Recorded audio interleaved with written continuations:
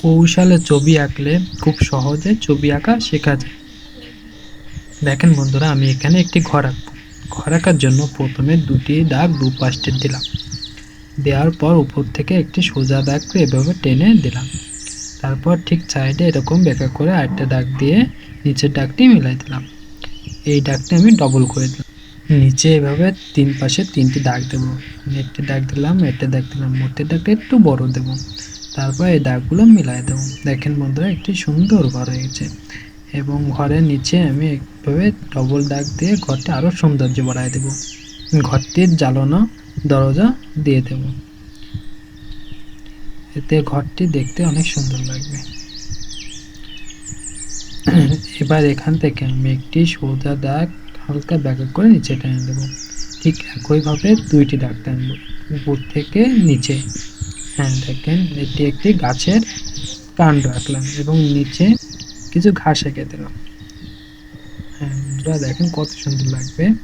এবার আমি গাছের মাথায় এভাবে একটা দাগ, এভাবে একটা দাগ দিয়ে পাতা এঁকে দেবো। এভাবে খেসকাটা করে পাতা এঁকে দিতে হবে। ঠিক একইভাবে উপরে আরও দুটি এভাবে এঁকে দেব। এভাবে আরও দুটি উপরে এঁকে দেব। গাছের 5 থেকে 7টা পাতা হলে দেখতে অনেক সুন্দর লাগে। দেখেন বন্ধুরা, এবার আমি এখান থেকে সোজা করে হালকা বেঁকা করে এভাবে এসে ঘুরিয়ে দেব। এটি একটু নদী পার রাখবো, পারে এভাবে ডবল করে দেব যাতে পাড়টি ভালো বোঝা যায়। ঘরটি একটা রাস্তা দিয়ে দিলাম, এভাবে দুটি দাগ একে বেঁকা করে দিয়ে দিলাম। এখানে আমি কিছুটা ঘাস আঁকবো। ঘাস আঁকার জন্য ঠিক এভাবে করে দিলাম। এতে একটা ঘাস হবে, একইভাবে ওপাশে আরেকটা ঘাস এঁকে দেব। দেখেন বন্ধুরা, কত সুন্দর ফুটে উঠছে গ্রাম বাংলার একটি দৃশ্য। এখানে আমি একটি গাছ আঁকবো। গাছ আঁকার জন্য সোজা করে বেঁকা করে এভাবে দিয়ে দেব।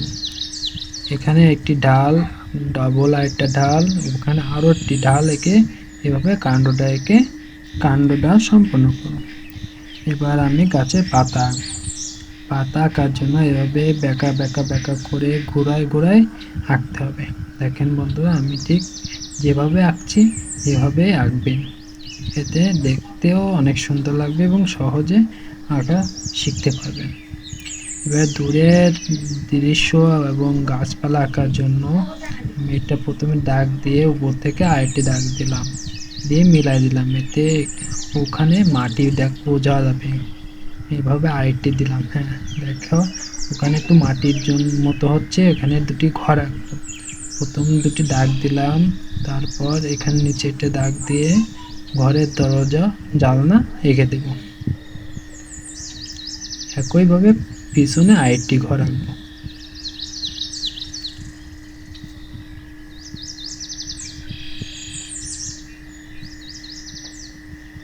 দেখেন বন্ধুরা, ওখানে আমি একটু জানলা এঁকে দিলাম। এবার দূরে আমি এইভাবে বেঁকা টেকা করে খাসকাটা করে এভাবে উপর নিচ করে দেব, এতে দূরের গাছপালা বোঝা যাবে। হ্যাঁ দেখেন বন্ধুরা, মনে হচ্ছে অনেক দূরের গাছ। এখানে আমি একটি নৌকা আঁকবো। নৌকা আঁকার জন্য ফার্স্টে দুপাশে দুইটি বেঁকা করে দাগ দিয়ে তলে মিলাই দেব। উপর থেকে আবার ঠিক একটু উপরে আরেকটা দাগ দিয়ে দেব। দেওয়ার পর এখানে একটু সোজা করে এটা এনের মতো বেঁকা করে দিয়ে দেব। ওর থেকে আবার একটু বেঁকা করে দেব, এতে নৌকাটি দেখতে অনেক সুন্দর হবে। এটি একটি ছাউনি নৌকা। দেখেন বন্ধুরা, কত সুন্দর লাগছে নৌকাটি। নদী বোঝানোর জন্য এরকম ছোট ছোট করে বেঁকা টেকা দাগ দিতে হবে, এতে নদীর ঢেউ বোঝা যাবে। এভাবে ছোট ছোট করে ঢেউ দিয়ে দিতে হবে, এতে নদীটা সম্পূর্ণভাবে ভালোভাবে বোঝা যাবে। এই ছবিটা সুন্দর করে রং করলে বা স্কেচ করলে অনেক সুন্দর লাগে, যেটি আমি আপনাদের করে দেখাচ্ছি না। দেখেন বন্ধুরা, এইভাবে স্কেচ করলে দেখতে সিনারিটা অনেক সুন্দর লাগে। ছবিটা কেমন হয়েছে সবাই কমেন্টে বলবেন। আর এরকম সুন্দর সুন্দর ভিডিও পেতে আমার চ্যানেলটি সাবস্ক্রাইব করে রাখুন। ধন্যবাদ।